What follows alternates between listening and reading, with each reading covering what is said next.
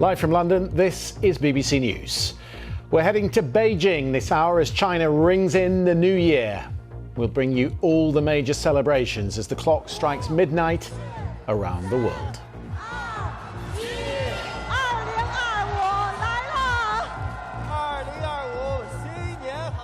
But some of those celebrations cancelled here in the UK, with yellow storm warnings now in place in large parts of the country. Ukraine says it has fired a missile from a sea drone to take down a Russian helicopter. Officers say the attack is the first of its kind.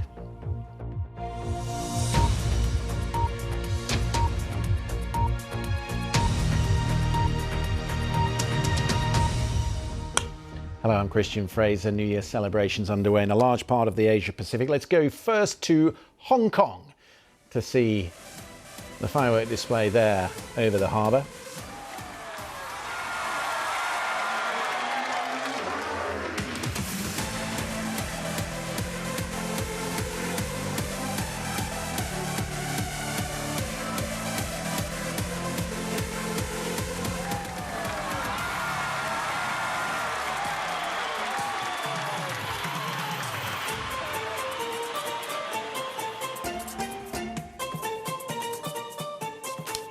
And let's head over to Taipei from the Taipei Tower, 101. There you go, highest point in the capital.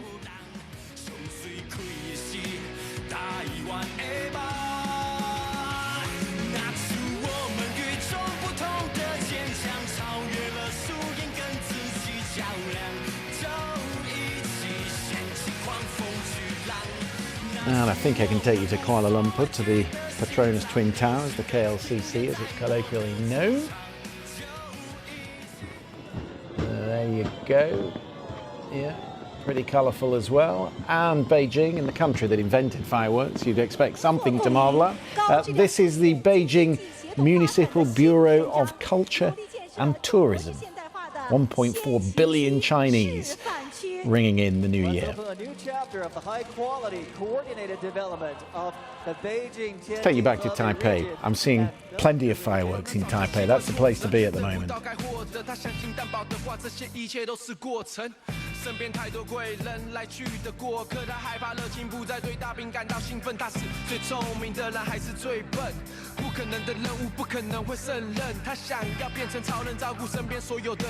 Yeah, and back to Hong Kong.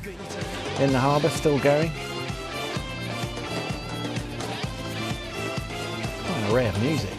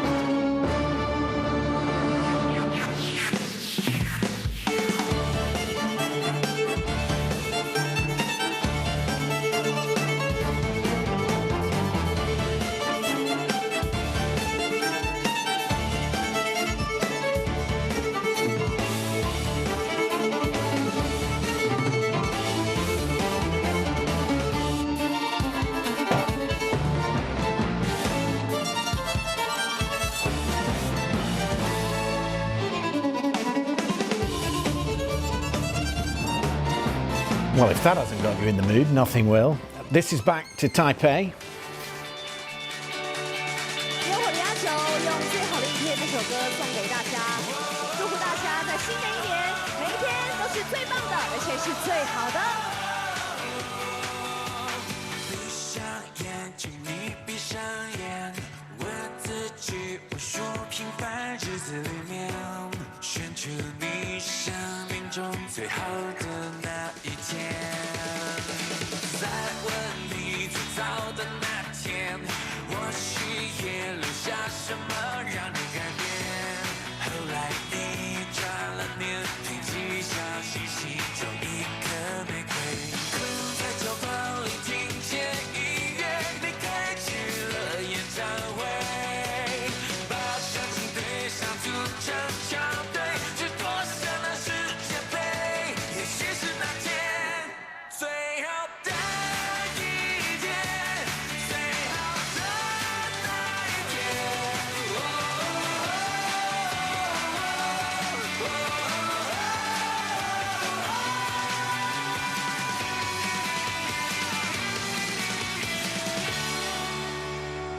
祝福大家新年快乐 ，Happy New Year！ Happy New Year in Taiwan. And of course, they get to do it all over again when the Lunar New Year comes around, which is the main celebration. These pictures on the left, I think, are Beijing. Oh, that is Taipei. That is Taipei. Okay. It's a bit more muted affair in Beijing, fair to say. But those pictures there, Taipei and still Beijing, fair to say. But those pictures there, Taipei and still going in the harbour in Hong Kong. Goodness me, that's quite the celebration. Well, aside from watching the fireworks, those people in Taiwan might have been watching the New Year message from the Chinese President Xi Jinping. No one, he said, can stop China's reunification with Taiwan, laying down a clear warning to the pro-independence forces in the country. Russia's President Vladimir Putin, marking 25 years in power, hailed the proud achievements of his country, warning that Russia would only move forward in 2025. Here's the celebrations in Sydney, always a fireworks bonanza, of course, focused on the Harbour Bridge. And this one went on for 12 minutes.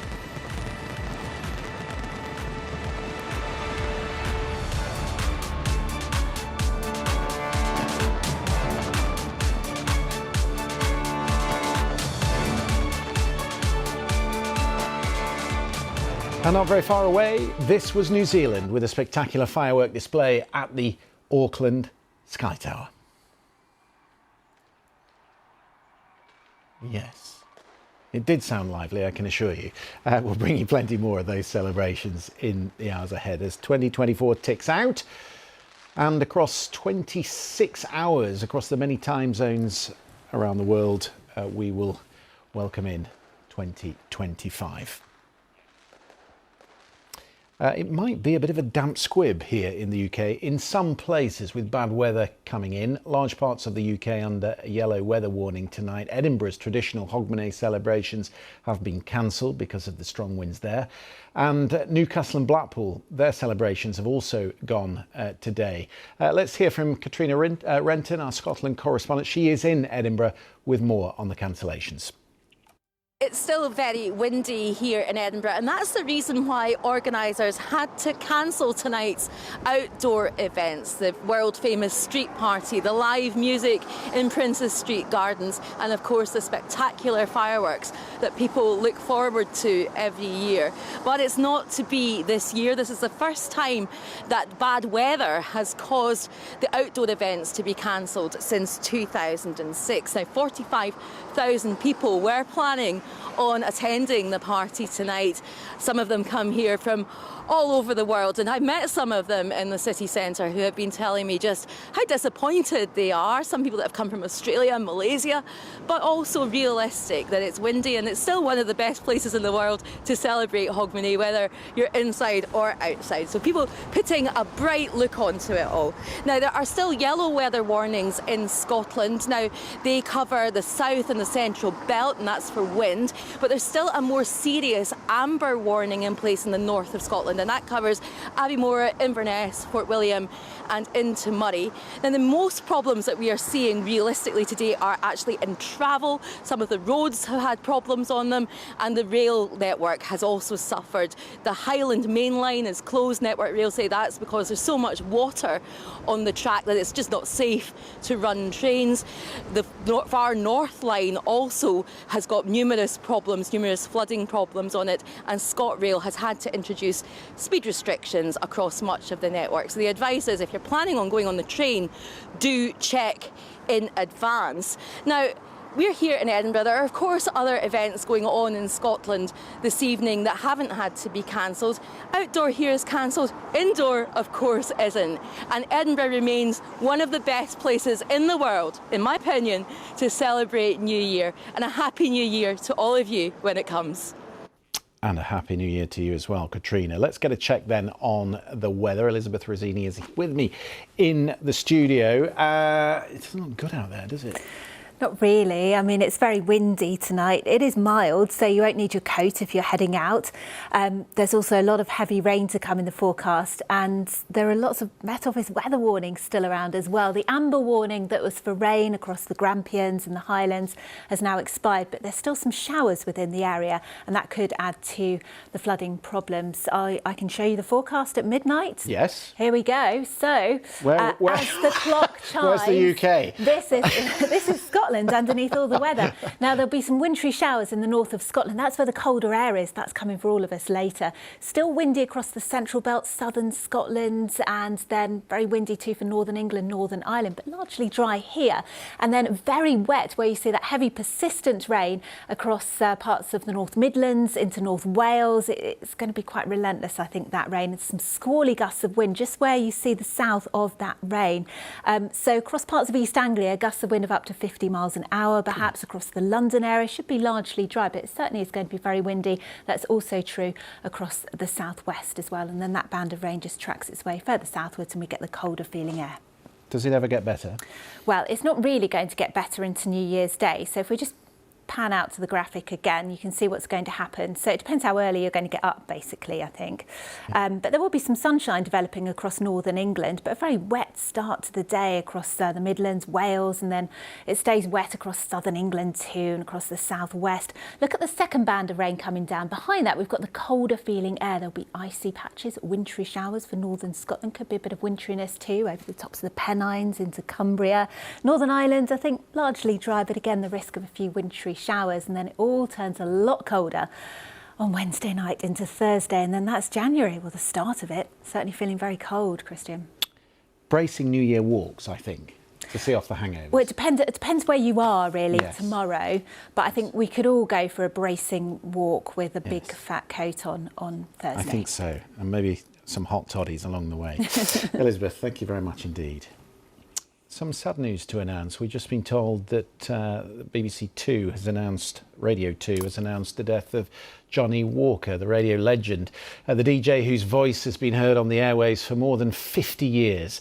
He hosted his last show in October after announcing a deterioration in his health. He was 79. David Sillito has been taking a look back at his life. You're tuned to Radio Caroline on 199, England's first commercial radio station and your all-day music station. The voice of Johnny Walker, broadcasting from the boat that changed his life. Radio Caroline. The voice of Johnny Walker, broadcasting from the boat that changed his life. Radio Caroline. At the age of 21, suddenly, from selling cars and being a car mechanic in Birmingham out on the high seas, I've got 20 million listeners. It's fantastic. The rebel spirit of 60s pirate radio rather suited his temperament. Born Peter Dingley, he'd left public school without passing any exams, but he didn't need O-levels for what he wanted to do. I went to Loncana Ballroom and saw this DJ playing records, and it was really loud. And this was the beginnings of discotheques. And I thought, what a great job. Johnny Walker on Radio 1. By the early 70s, he was, though, part of the broadcasting establishment on BBC Radio 1, but he railed against being told what to play. Bye-bye. It all came to a head one day when he declared the Bay City Rollers to be garbage. He left for America, and over the years there were many ups and downs. When he returned to the BBC, his cocaine habit led to him being briefly suspended. Radio 2, sounds of the 70s. Johnny Walker with you till 5 o'clock. But more than 50 years after the 60s pirate broadcaster first arrived at the BBC, he was still there, behind the microphone, playing the music he loved. It's Johnny Walker saying thanks for everything, bye-bye, and have a nice day.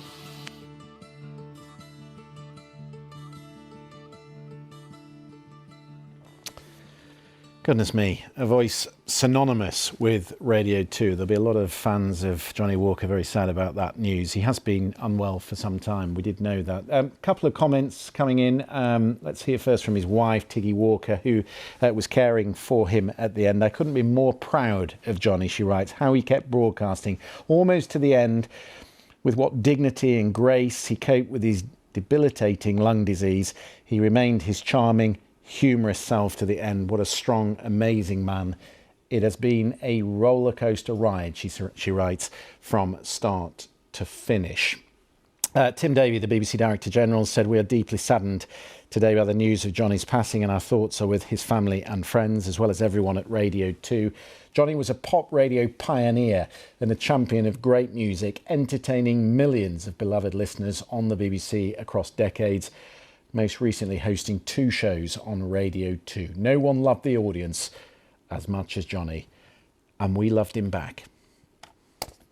Johnny Walker, who has died today, announced by Bob Harris on Radio 2 in the last few minutes. Our thoughts with Tiggy and his family. Around the world and across the UK, you're watching BBC News.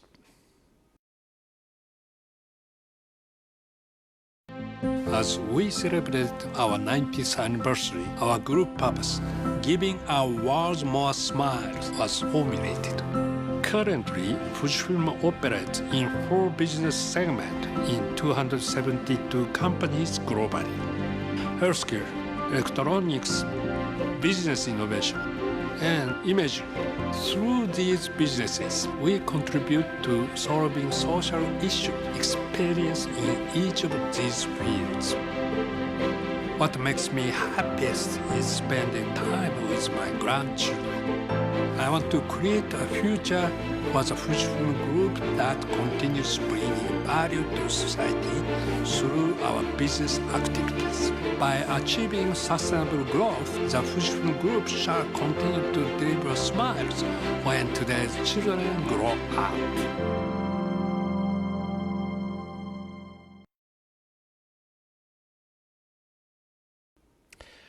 Welcome back. It's time to take a look at today's sport with Ollie Foster. Hello, Ollie. Christian, hello again. Wayne Rooney says that Plymouth will always hold a special place in his heart. He was sacked earlier today, just 7 months into a 3-year contract, leaving the club bottom of the Championship. The former Manchester United and England striker was in charge for just 25 games, managing 5 wins in that time, failing to win any of their matches away from home.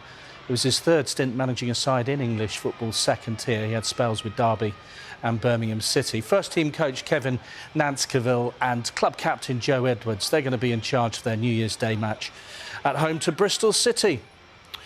Now, it's an almost unthinkable statement from a Manchester United manager, this, but Ruben Amorim says that there's every possibility that they face a battle to stay in the Premier League now. His gloomy outlook follows their latest defeat 2-0 at home to Newcastle United. They've lost 5 of their last 6 in the league. They're going to end the year 14th in the table, 7 points above the relegation zone, 23 points off the top. The Portuguese admitting that he needs to change things very quickly if they're not to sink even further down the table. The worst moments in the history of our club, and you have to accept that another loss in front of our supporters. Newcastle was better. And looking at the table at the moment, Ruben, it doesn't look at all pretty. You're edging ever closer to the relegation zone. Do you feel as though it might be a battle to avoid the drop that's going to unfold in the second half of the season? I think it's a possibility, and we have to be clear with our fans. So we have to change something. Well, this is going to be a blow for Wolverhampton Wanderers, who are one place above the relegation zone. They're going to be without their forward Matthias Cunha for the next 2 games. He's been suspended and fined £80,000. He was charged with misconduct by the FA following this altercation at full-time in their defeat to Ipswich earlier this month. He's been an important player in their revival under new boss Vitor Pereira. With 7 points from their last 3 games, he admitted the charge, and he'll now miss the games against Nottingham Forest and Bristol City in the FA Cup. The world number 1, Aryna Sabalenka, she started her season with a victory. The Belarusian, who's going to be targeting a hat-trick of Australian Open titles next month, won very comfortably at the Brisbane International. She beat Renata Zarazua from Mexico, 6-4, 6-love. First match, always a tricky one. You kind of like trying to see where your tennis at, and yeah, it was a tricky start for me, but I'm glad that I closed that first set, and then in the second set, it felt like whatever I would do, it would work for me well. So I'm really happy with the first win of this season. Well, the men's tour is also in Brisbane, and Novak Djokovic, he's into the second round there, the top seed in Brisbane, and Novak Djokovic, he's into the second round there, the top seed and 24-time Grand Slam winner, beat wildcard Rinky Hijikata in straight sets. Next up for Djokovic is Gael Monfils for a place in the quarters. Now, Djokovic is going to have Andy Murray as part of his coaching setup for the first Grand Slam of the year as he targets an 11th Australian Open title. We spoke before the match, we're communicating daily, so I'm excited, obviously to have him in my team, in my corner. For 20 plus years, he's been across the net. For the first time ever, he's on the same side of the court, so it should be fun in Melbourne. Murray not in Australia yet because he's on a skiing trip with his family. Now, Nick Kyrgios says he's worried about whether his wrist will be able to last 5 sets at the Australian Open. That's after losing his first singles match in 18 months. The 2022 Wimbledon runner-up had a long time out after reconstructive ligament surgery. And though he looked competitive on his comeback, he was beaten by the Frenchman Giovanni Mpetshi-Perricard in 3 sets in Brisbane. Kyrgios says he was left in throbbing pain. That's your lot for now. I'll be back in the next hour. See you then. Ollie, thank you very much. Ukraine's military intelligence says an unmanned sea drone has shot down a Russian helicopter off the coast of occupied Crimea. Officials said it was a world first. The video that was published alongside that announcement appeared to show an explosion mid-air and a large splash in the sea. The claim has not yet been independently verified. Separate to that, Ukrainian officials say the northern town of Shustka, near the border with Russia, was hit overnight in a rocket attack. The mayor said the Russians had destroyed a number of buildings and some key infrastructure. And across the border, in Russia, in the western Smolensk region, a fuel and energy complex are on fire following a Ukrainian drone attack. Victoria Vorovichenko co-runs the Future of Ukraine programme at the University of Cambridge. She'd been explaining to me how Ukrainian military technology is helping their forces counter Russian advances. Ukrainian defense forces have become the first in the world to destroy an aerial target using a naval drone.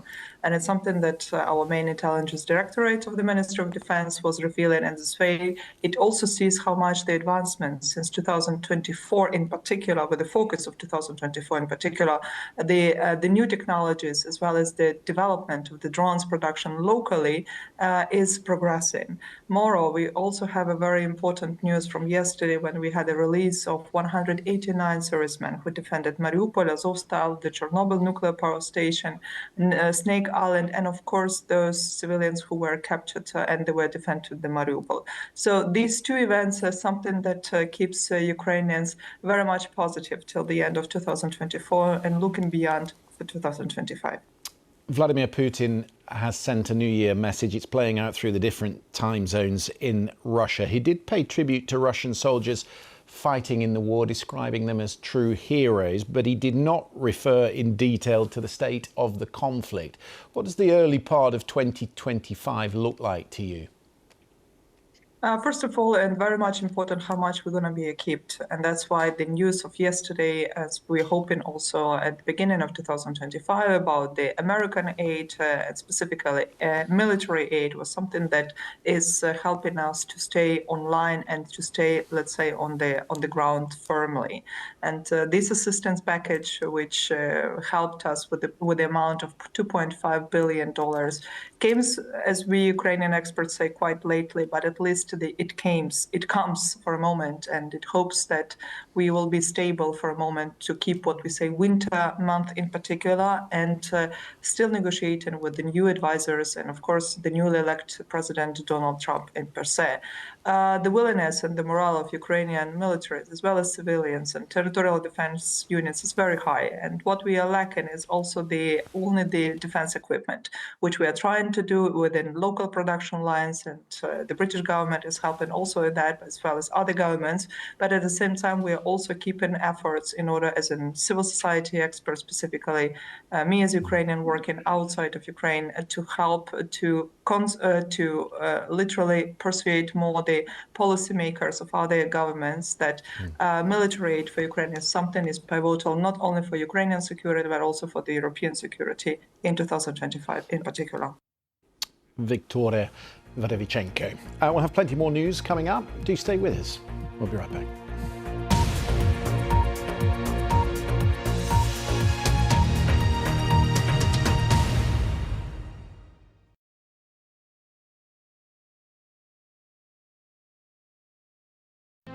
As we celebrate our 90th anniversary, our group purpose, giving our world more smiles, was formulated. Currently, Fujifilm operates in 4 business segments in 272 companies globally: healthcare, electronics, business innovation, and imaging. Through these businesses, we contribute to solving social issues experienced in each of these fields. What makes me happiest is spending time with my grandchildren. I want to create a future for the Fujifilm Group that continues bringing value to society through our business activities. By achieving sustainable growth, the Fujifilm Group shall continue to deliver smiles when today's children grow up.